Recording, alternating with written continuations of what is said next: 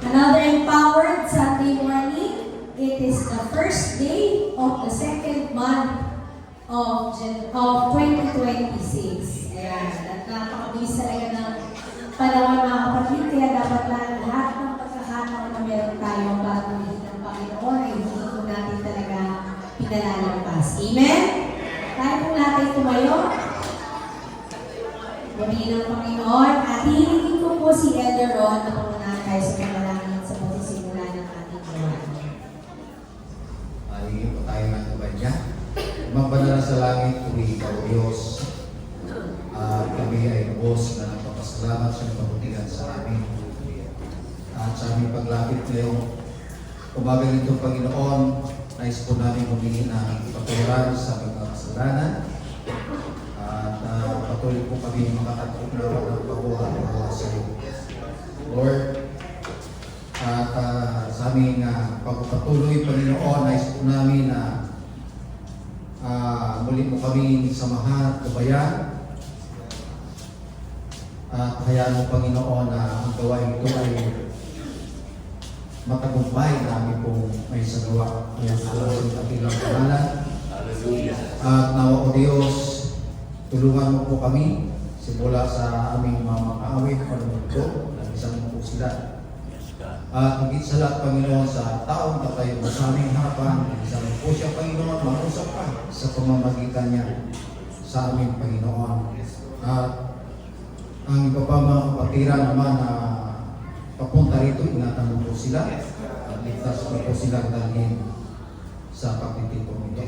Sa pangalang samot na langin, sa pangalan ni Kristo namin kapatalitas. Amen.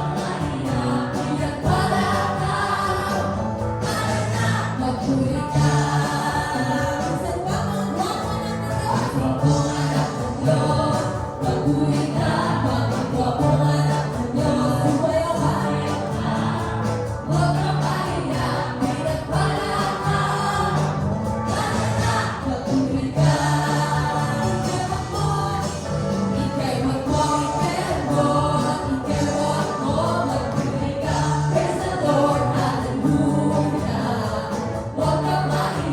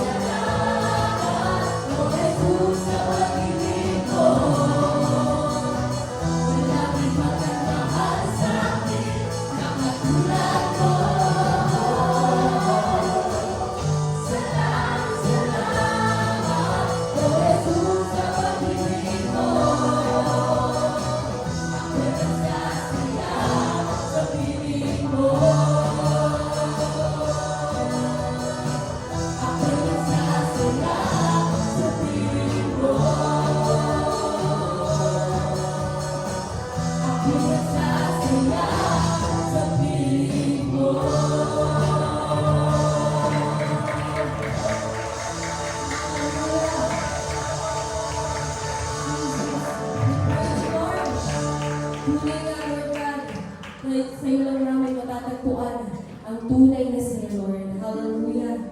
We praise you, Jesus. Hallelujah.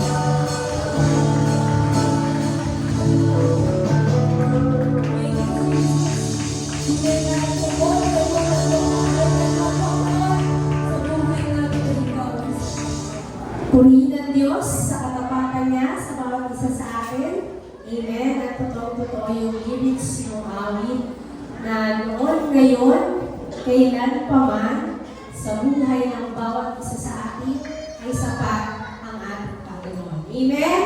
Again, another empowering Sunday morning po sa bawat isa sa ating mga kapatid.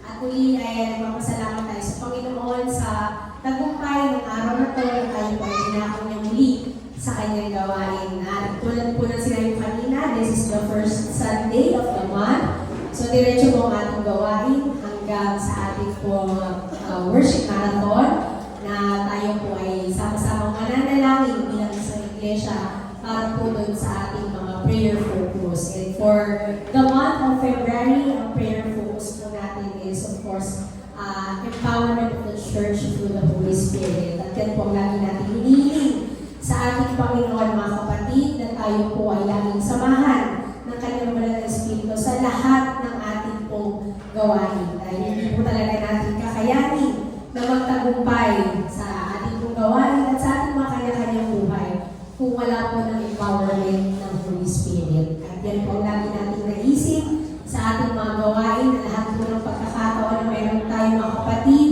kapag ang ating pong mga manggagawa ay nagpatawag po ng altar call, ay in-encourage po natin talaga ang bawat isa. Nahiling po natin na maramdaman ang presensya ng ating Panginoon upang totoo po na ma-recharge ang ating po mga spirito. Marami po nangyayari sa paligid natin sa hirap po ng buhay. Amen? Sabi nga, katotohanan naman din mga kapatid yan, nakalagay din yan sa Biblia na hindi po sa pasarap ang buhay. Sa pahirap po talaga yan. Pero sa lahat po ng mga anak ng Diyos, ay nandiyan po lagi ang ating Panginoon upang ibigay po ang pangailangan natin, lalong-lalo na po ang pagtatagumpay natin sa mundong ito. At hindi lang po yan ang inaasahan natin, ganun din po ang tagumpay afterlife, which is yung life with the Lord. Amen? At yan po talaga ang ating naging pinapanalangin. At yan din ang dahilan, mga kapatid, why we are here every Sunday. Dahil ang gusto po natin is to always be filled with the Holy Spirit and to remain in the grace and love of the Lord Jesus Christ. Amen? Tayo po yung mananangin sa ating ginawang pagbibigay. Purihin ka, aming Diyos na Ama, na simula pa lang noong una ay pinagkahalo muna ang lahat ng mga bagay na pangailangan po namin. Mula po sa aming buhay at kalakasan at sa lahat po na aming mga tinatangkilik, pinagpapasalamat po namin ito. Tinataas po namin sa iyo, Panginoon, ang lahat po ng nalipin namin, na hulugan ka po, at hinihiling namin patuloy na ang lahat ng ito ay masmasan mo, at magamit po namin ang gusto sa ikalalago po ng iyong banal na harian. Wala po kami ibang ninanais sa mga nalikong na ito, kundi ang marami po pong tao makapakinig ng iyong salita, at sila po ay tumagang din ng banal na kaligtasan ng Panginoon. Sa lahat ng nagbigay, Panginoon, patuloy na ibalik po ito sa kanila ng marami. Pagpalain mo ang gawa ng kanilang makamay at sa kanila na nagnanais na makabahagi po sa gawain na to, ay ibigay niyo rin po sa kanila ang desire ng kanilang puso. Salamat, Panginoon, sa iyong pagpulit at salamat. In Jesus' name we pray. Amen. At tanggapin po natin ang magagawa ng ating Panginoon, magdadala ng kanyang salita. Tawagin po natin si Adrian. Humingi tayo ng tulong sa ating Panginoon sa ating gagawin pakikinig ng salita ng Diyos. Hallelujah. Dakilang Diyos sa mga banal, kami po ay dumudulog sa trono ng iyong biyaya. Sa oras na ito na muli mo kaming kakausapin sa pamamagitan ng iyong mga banal na salita. Panginoon, gamitin mo muli ang iyong lingkod o Diyos. Kalisan mo siya. Ikaw ang mangusap sa amin sa pamamagitan niya. At kaya po, Diyos, na maunawaan namin ang dakilang mensahe mo para sa amin sa araw na ito. Umaasa kami, O Diyos, hindi sa ganang aming mga sarili, kung hindi sa iyong kapangyarihan. Ang iyong banal na Espiritu, Panginoon, ang siyang lumupog sa puso at isipan ng bawat isa. Magbukas ng aming mga pangunawa at magpalambot ang aming mga puso sa lahat ng aming marinig. Panginoon, hayaan mong mag-enjoy kami, Panginoon, sa aming gagawin pakikinig. At umaasa kami, Panginoon, sa pagkikisama ng iyong banal na Espiritu sa pasimula hanggang sa katapusan ng aming gawain. Sa iyo ang papuri, Ama, sa iyo ang pasasalamat. sa pangalan ng ating Panginoong Jesucristo. Amen. Habang tayo mga kapatid, ay babasahin ko po sa inyo ang isang talata sa aklat ng Juan, Kapitulo 13. Ang sabi rito, now therefore, talatang 1, now before the feast of the Passover, when Jesus knew that his hour was come, that he should depart out of this world unto the Father, having loved his own which were in the world, he loved them unto the end. Having loved his own which were in the world, he loved them unto the end. Bago na magpista ng Pasko, sa pagkaalam ni Jesus na dumating na ang kanyang oras ng paglipat niya mula sa sanglibutan ito hanggang sa Ama, sa pagkaibig sa mga kanya na namas sa sanglibutan, ay inibig niya sila hanggang sa katapusan. Pagpalain ng Diyos ang pagkabasa ng kanyang magandang salita, mababalik po tayo sa ating mga upuan.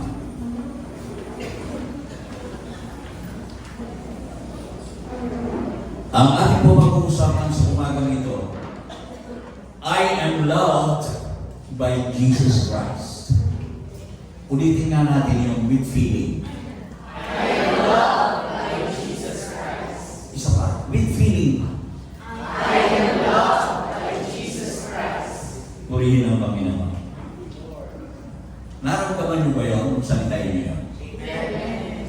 Alam niyo mga kapatid, kung ating iisipin, ano ba talaga ang ibig sabihin noon na tayo ay inibig ng ating Panginoong Jesus? At sa umagang ito, ay susubukan natin itong alamin. Susubukan natin ma-discover ang kahulugan nito sa buhay ni Apostol Pablo. Kilala niyo ba si Apostol Pablo? Ang kanyang dating pangalan ay Saulo. And napaka-special po ng pagkatawag ng ating Panginoong Jesucristo kay Apostol Pablo. Sapagkat nung siya ay tawagin ng ating Panginoong Jesucristo, siya ay nasa isang misyon para usigin ang mga mananampalataya. At sa kanyang paglalakad o sa kanyang paglalakbay, ay bigla siyang nakakita ng isang dakilang liwanag. Isang maliwanag at siya ay nasubasog sa lupa. At siya ay nakarinig ng tinig at ang sabi sa kanya ng tinig, Saulo, Saulo, bakit mo ako pinag-uusig? Sumagot si Saul o si Pablo. Ang sabi niya, sino ka ba, Panginoon? At ang sabi ng tinig, ako si Jesus na iyong pinag-uusig. At pagkatapos noon, all the rest was history.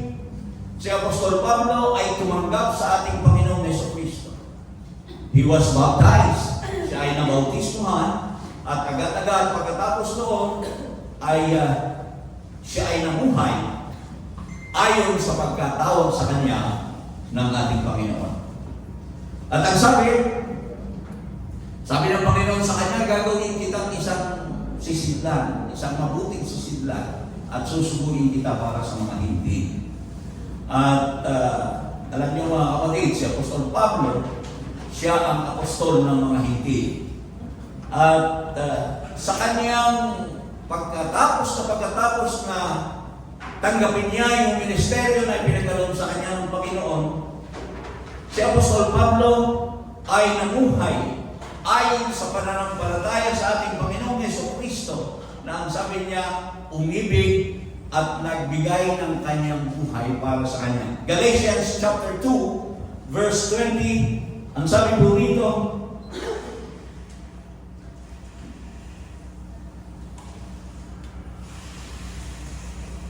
okay, sabi rito, I am crucified with Christ, nevertheless I live.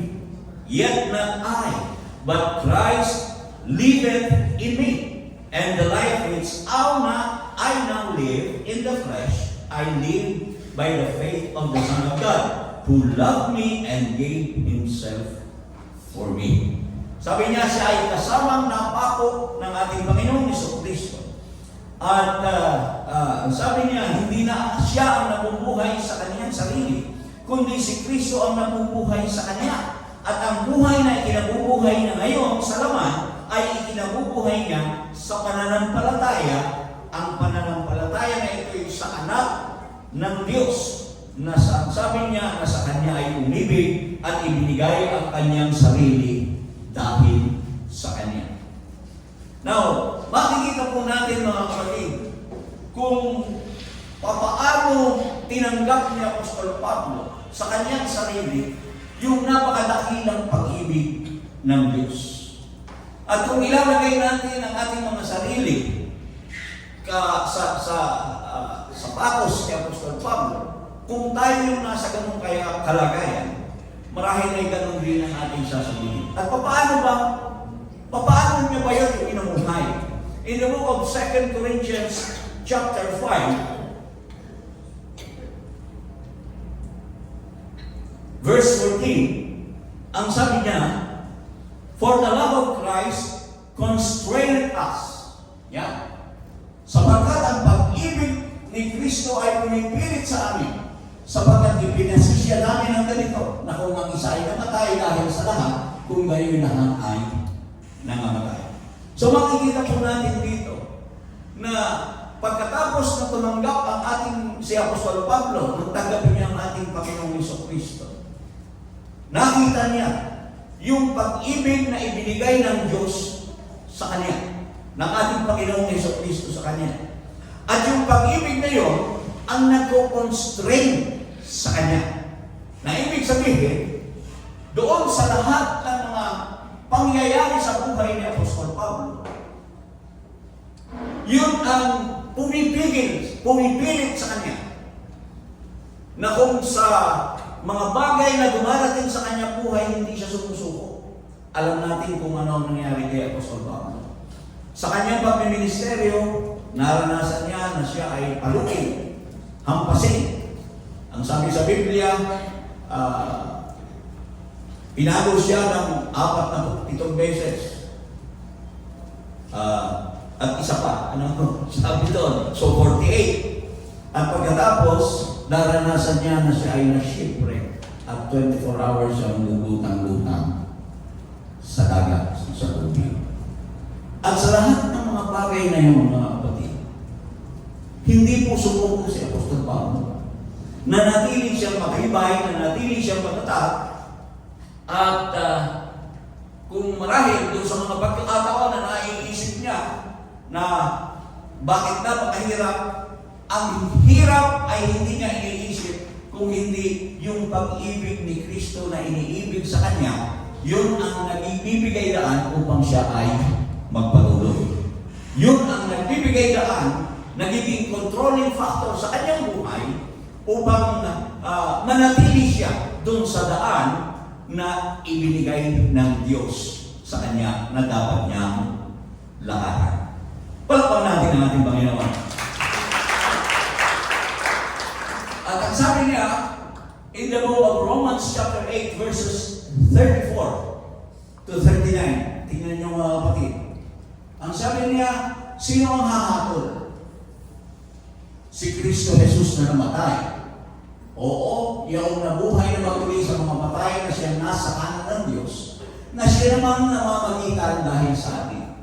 Sino ang maghiwalay sa atin sa pag-ibig ni Kristo? Yan ang sabi niya. Ang kapitatian, o ang kahapisan, o ang pag-uusig, o ang kagutom, o ang kahubaran, o ang panganib, o ang tabak. Gaya ng nasusulat, ang sabi, dahil sa iyo, kami pinapatay sa buong araw. Kami ay nabilang na parang mga tupa sa patayan. Pero pakinggan niyo mga kapatid yung huli. Ang sabi niya sa 37, hindi. Kundi sa lahat ng mga bagay na ito, tayo higit pa sa mga mapagtagumpay sa pamamagitan niya sa ating ay umibig. We are more than conquerors. Yan sabi niya, we are more than conquerors through Him that loved us. Kumbaga, makikita po natin na talagang sa buhay ni Apostol Pablo ay sobra-sobra ang kaniyang pagpapahalaga dun sa pag-ibig na iniibig ng Panginoong Jesucristo sa Kanya. Hindi ito simpleng bagay. At sa kanyang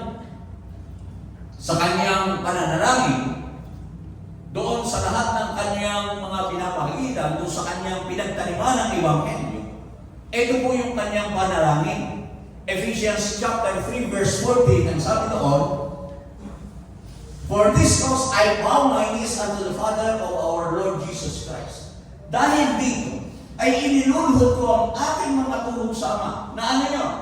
Verse 17 to 19, ang sabi niya, na si Kristo, ang sabi, ay manahan sa inyong mga puso sa pamamagitan ng pananampalataya. Upang, kung kayo'y mag-ugat at magtumibay sa pag-ibig, ay lumakas upang matalastas pati ng lahat ng mga banal, kung ano ang luwang at ang haba at ang taas at lalim, at makilala ang pag-ibig ni Kristo na di masayod ng kaalaman, upang kayo'y mga puspos hanggang sa buong kapuspusan ng Diyos. Palakpakan natin ang ating Panginoon. Now, makikita po natin na si Apostol Pablo sa pagtanggap niya, so sa pagkaalam niya, nakilala niya kung gaano kalalim, kung gaano kahaba, kaluwang ang pag-ibig ng Diyos sa kanya. Kaya yun din ang ginawa niyang panalangin doon sa lahat ng mga banal na kanyang pinagpahanginan ng Ebanghelyo ng ating Panginoong Jesucristo. Na sila rin, makilala yung kanila kung gaano ang haba, ang luwang, at ang haba, taas, at ang lalim ng pag-ibig ng ating Panginoong Jesucristo. Sapagkat naniniwala si Apostol Pablo na kung mauunawaan natin yung pag-ibig na yun, mapupuspos tayo ng buong kapuspusan ng Diyos.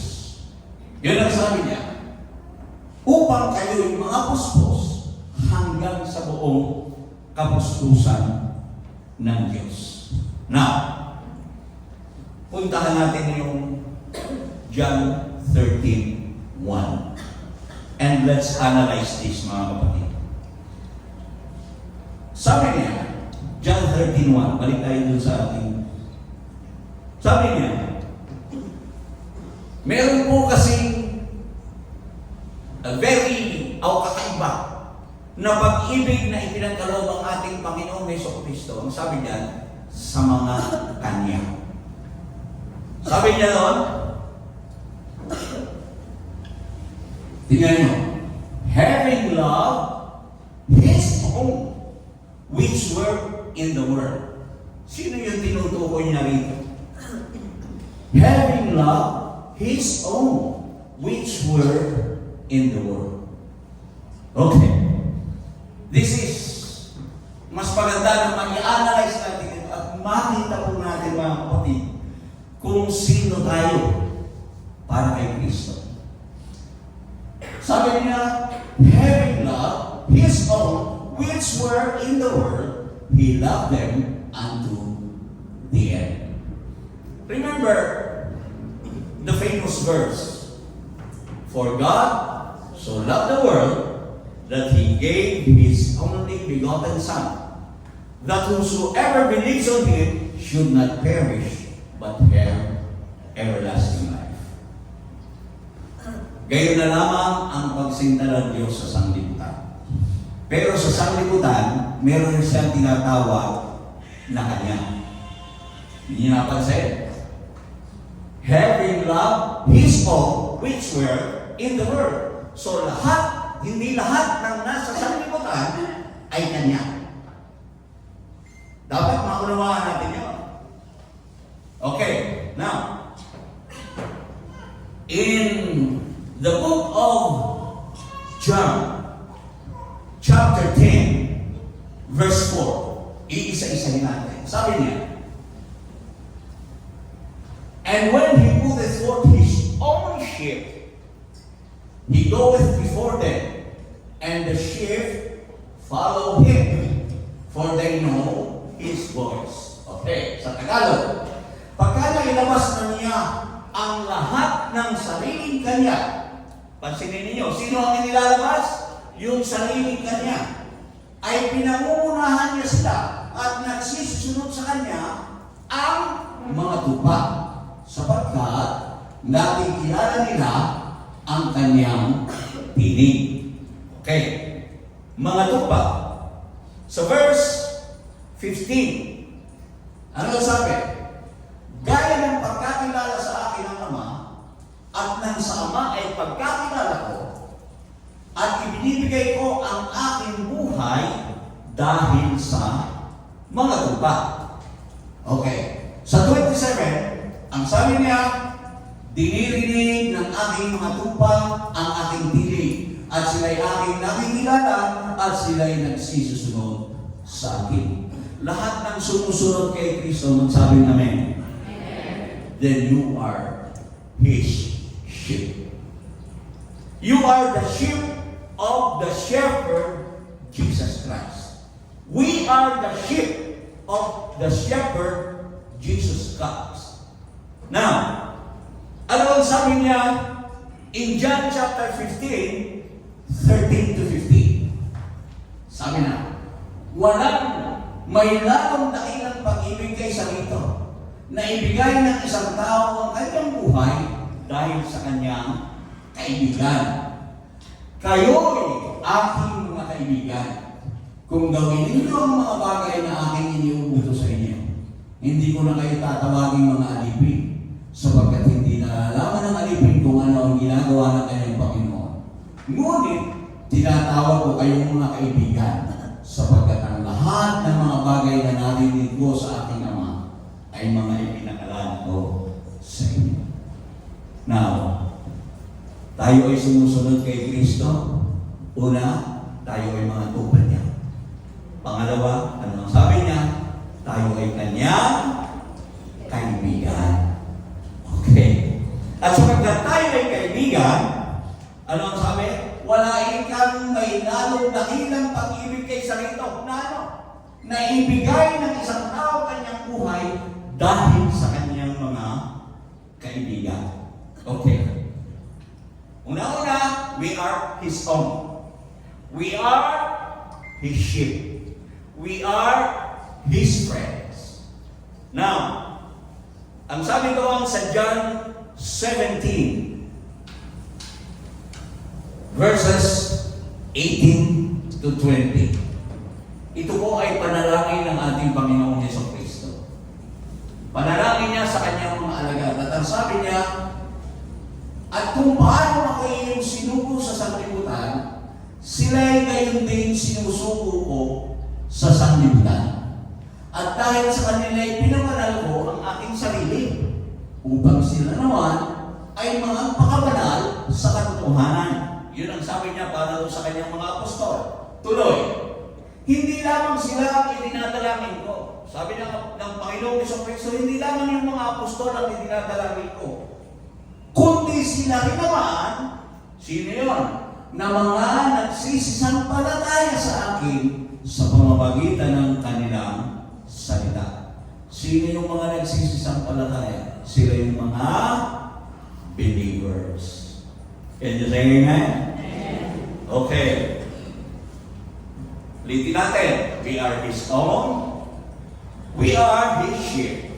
We are His friends. And we are the believers. The church. Tayo po yung iglesia ng ating Panginoong Jesucristo. Sapagkat ang ating Panginoong Jesucristo ay mayroong napaka-espesyal na relasyon sa kanyang iglesia. Ang iglesia, mga kapatid, ang mga mananampalataya, Sila po yung asawa ng babae ng ating Panginoong Hesus Kristo. We are the bride of Jesus Christ. Ephesians chapter 5, verse 25. Sabi nito, husbands, love your wives, even as Christ also loved the church and gave himself for it. Di ba? Ibigin ninyo ang inyong asawa, gaya naman ni Kristo na umibig sa iglesia, at ibinigay ang kanyang sarili dahil sa kanya. So makikita po natin mga kapatid na napaka-unique ng pag-ibig ni Kristo na ibinigay saan? Sa kanyang sarili. Sa mga kanya pala, ang ibig ko sabihin, sa kanyang mga tupa, sa mga kaibigan, at sa lahat ng mga mananampalataya. Na pumili kayo doon kung saan kayo. Naniniwala ba kayo na we are His enemy? Do you believe that you are His sheep? Do you believe that you are His friend? Do you believe that you are the believers, the church, the bride of Christ? Then if you believe that, yun po yung sinasabi niya doon. Sa John chapter 13, verse 1. Okay? Balikan ulit natin yung John chapter 13, verse 1. Dahil gusto kong mag-sink ito sa inyong mga isip at sa inyong mga puso. Having loved two directions of His love. Having loved His own, He loved them unto the end. Two directions. Having loved His own in the world. So, ibig sabihin, in this life. Okay? And He loved them unto the end. Unto death ay inibig tayo ng ating Panginoong Hesus Kristo. Palakpakan natin ang ating Panginoon. Hallelujah. Now, mga kapatid, yung pag-ibig ng Diyos, general, nung sabihin niya yung pagsinta niya sa sanlibutan, yung pag-ibig niya sa sanlibutan. Pero, meron siyang itinuring na Kanya. At yun ay ang mga mananampalataya. Yung nanampalataya sa Kanya na itinuring ng Kanya. Itinuring niya kaibigan at itinuring niya na mga tupa. At yun ang dahilan, yun yung pinagkamatayan ng ating Panginoong Hesus Kristo. At tayo yun, mga kapatid. At tandaan natin ang ating Panginoong Hesus Kristo ay babalik. At babalikan niya yung Kanya, ang Iglesia. Tayo yun. Kaya tama rin yung sinasabi ng mga Iglesia ni Kristo na kinakailangan mong makabilang sa Iglesia para ikaw ay maligtas. Pero hindi po yung Iglesia ang manalo. Kung hindi yung Iglesia na itinatag ng ating Panginoong Hesus Kristo. At sino yun? Yun po yung tumanggap ng kaligtasan ayon sa itinalaga niya. Papaano natin tatanggapin? At pagkatapos, ang sabi niya, pagkatapos na matanggap natin ang kaligtasan, tayo yung lalakad doon sa daan na inihanda niya ng una pa para ating lakaran. So, unique yung pag-ibig ng ating Panginoong Hesus Kristo. Meron talagang hindi Kanya at meron Kanya. Para mas maunawaan natin ito, mga kapatid, na talagang espesyal ang pag-ibig ni Kristo sa atin. 5 magkakapatid. 5 anak. Okay? Kung halimbawa, ako yung isa doon sa 5 magkakapatid, mahal ko lahat yung aking mga pamangkin. Hello? Mahal ko lahat yun. General, yung pag-ibig na yun. Pero espesyal ang pagmamahal ko sa aking sariling anak. Nakuha niyo yung ibig sabihin. Kaya espesyal tayong lahat sa ating Panginoon. Yun ang dapat natin makita. At kapag sinabi natin, I am loved by Jesus Christ, iba yun. Iba yun. Iba ang pagtingin sa atin ng Panginoon sa pagtingin niya sa sanlibutan. Yung compassion na ibinigay niya sa sanlibutan nung siya ay magpakain ng maraming mga tao, nung siya ay magpagaling ng mga may sakit, nung siya ay tumulong sa kanila, magpalayas ng mga demonyo, iba po yung pagtingin niya doon sa sariling kanya. Hello? Sapagkat hindi lahat ng kanyang pinagaling, hindi lahat ng kanyang pinakain ay naging kanya. Nauunawaan po natin yun? Kaya ngayong umaga mga kapatid, hindi po napakahaba ng aking preaching. I just want you, every one of us, na ilagay natin sa ating mga puso yung ating title. I am loved by Jesus Christ. Mahal ako ng Panginoong Jesucristo. At kung paano si Apostol Pablo sa kanyang buhay, siya ay nabuhay hindi na sa kanya, kundi dahilan doon sa pag-ibig na yun, na naging dahilan upang siya ay magpatuloy kahit na ano ang nangyayari, hindi na yung pinapansin. Ano mang nangyayari sa kanyang buhay, kung meron mang karamdaman, meron mang hirap, meron mang mga problema, ang binabanggit niya lang. Yun yung kanyang controlling factor sa buhay niya. Binabanggit niya na lang, mahal ako ng aking Panginoong Jesucristo. At kung ang diablo ay may inihahandang paninukso sa atin, simple lang yun. Lumayas ka, diablo. I am loved by Jesus Christ. Hindi ka kailanman magtatagumpay. Ano ang sabi sa Biblia? Sino ang makapaghiwalay sa atin sa pag-ibig ng Diyos? Sino? Kamatayan? Lalong hindi. Sapagkat ang ating Panginoong Jesucristo ay namatay at muling nabuhay upang mapagtagumpayan yung kamatayan. At tayo rin naman, ang sabi niya, nung tayo ay sumampalataya sa Kanya, bagamat tayo ay mamatay, tayo ay muling mabubuhay. Hallelujah! Palakpakan natin ang ating Diyos. At ang sabi niya, we can forsake everything for Christ. And if we forsake everything for Christ, ang sabi niya, pagpapalain na tayo ng manifold blessings here on earth and in the world to come, eternal life. Diba? So may pagpapala na dito sa sanlibutan, buhay na walang hanggang pa sa kabila. Alam nyo, nakakalungkot kapag dito pa lang sa sanlibutan, hirap ka na. Pagkatapos mamamatay ka, impyerno ka pa. Pero, dahilan sa pag-ibig ng ating Panginoong Jesucristo na tinanggap natin, safe na safe tayo mga kapatid. Safe na safe tayo. Because, sasabihin mo na, I am loved by Jesus Christ.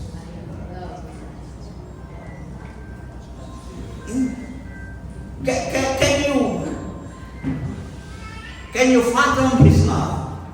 Kumbaga, talaga bang mauunawaan mo ba yung pag-ibig ng ating Panginoong Jesucristo? Ang sabi niya, ito yung meron tayo sa pamamagitan ng ating pananampalataya. Yung maranasan natin na tayo ay inibig ng isang umiibig sa atin, ang klase ng pag-ibig is durable, a love that lasts, a love that's stable, constant, hindi nagbabago, hindi fickle-minded, hindi yung mahal ka ngayon, bukas hindi na. Pag nagkasala ka, hindi ka na mahal. Hindi. Sapagkat ang ating Panginoon, doon sa panahon na maayos ang ating buhay, mahal niya tayo.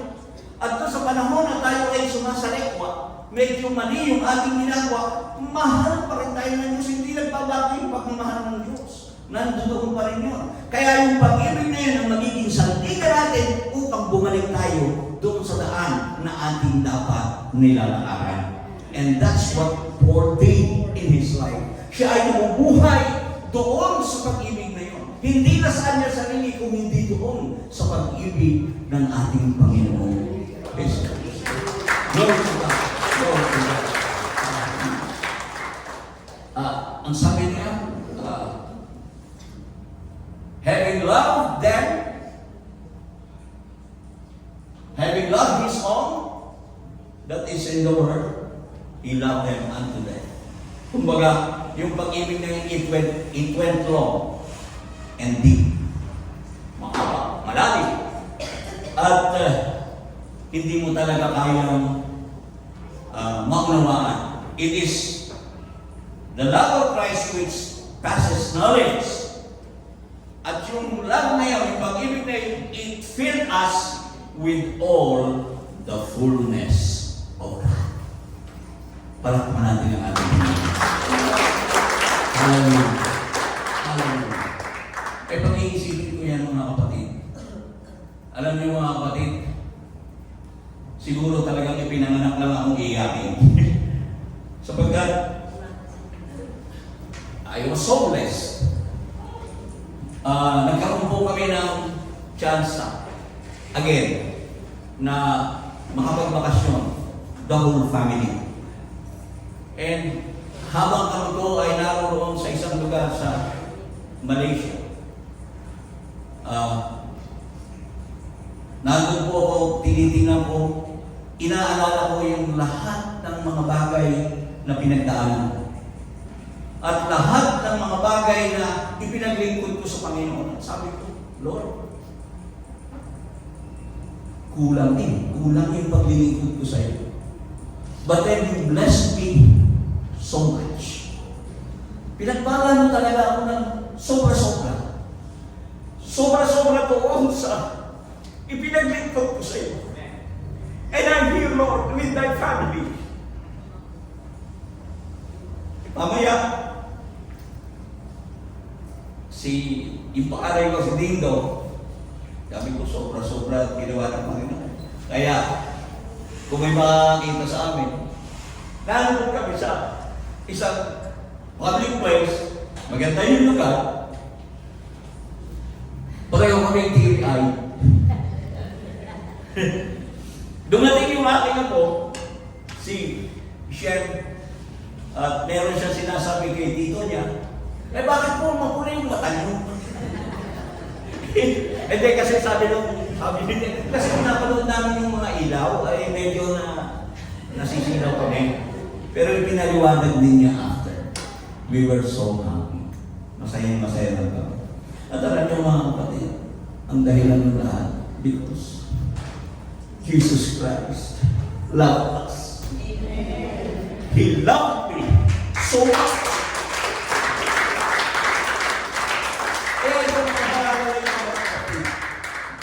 Nandun ako sa Malaysia nung ito ay i-prepare ko. I was preparing this. Ibinigay ng Panginoon sa akin yung verse na yun, having loved His own, which were in the world. Nandito pa tayo. Ipinapakita na ng Diyos yung pag-ibig sa atin. At sabi pa dyan, He loved unto the end. Kaya yun po ang ating pag-asa mga kapatid na hindi lamang sa panahon nito tayo pagpapalain ng Diyos, kung hindi yung buhay na walang hanggan na inihanda niya sa kanyang sariling kanya, sa kanyang mga tupa, sa kanyang mga kaibigan, sa lahat ng mananampalataya.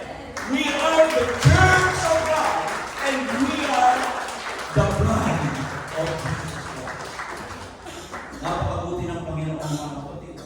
At sana yung nararamdaman ko, may transfer ko sa bawat isa sa inyo sa oras na ito. Sapagkat yun lamang po ang pinakadakilang mensahe na masasabi ko na talagang na-appreciate ko ng gusto kung paano tayo inibig ng ating Panginoon. Hallelujah! Akala natin ganoon lang kasimple, pero sobra-sobra yung mga kapatid. Napakalalim, hindi natin maunawaan. Kung tayo nakikinig ng ating Bible study, how He loved Israel, doon sa mga panahon ng mga Israelita ay nagkakasala, pinarusahan sila ng Diyos. Pero kailanman, hindi nawala yung pag-ibig niya. At yung parusang na binigay niya sa mga Israelita, ay ginawa niya lang para magbalik loob sa Kanya. Kaya kung tayo mga kapatid ay nakakaranas ng mga